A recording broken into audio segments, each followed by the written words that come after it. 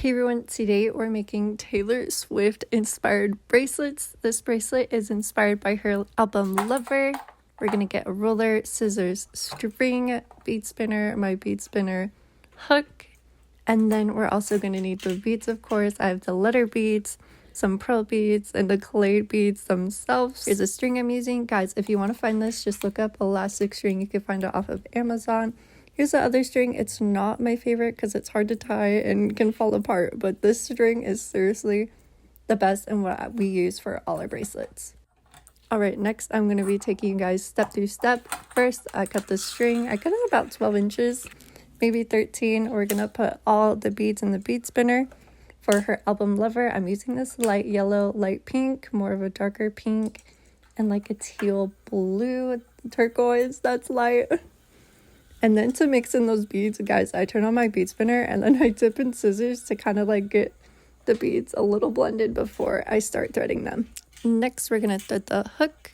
I just slip it on. Some hooks are enclosed and you're going to have to kind of thread it like a needle. After that, I really like holding my bead spinner at an angle. I feel like it helps catch the beads onto the hook a lot easier. Then we're just going to kind of guess on how many beads we need. And then after we have a good guess, I'm going to take these pearls. We have big pearls and small pearls. We have 6mm size and 4mm size. We're going to start off by putting on that 6mm size, and then we're going to get our letter B T for Taylor. And then that small 4mm pearl, and then that S. And then a big tip, I messed up on this once, is making sure that your letter beads are facing the same way.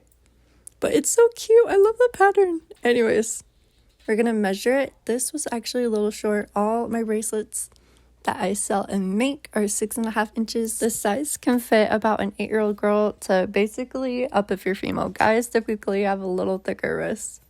But after that size is good, I'm going to go ahead and tie it. And this is real time of me actually tying it. I'm going to just do a granny knot at first. And then I'm going to cross an X, put it through the hole again. But instead of pulling it tight, I'm going to take that same side and put it through the hole again. Then pull it tight. This is called the surgeon's knot, and I feel like it makes it a little sturdy.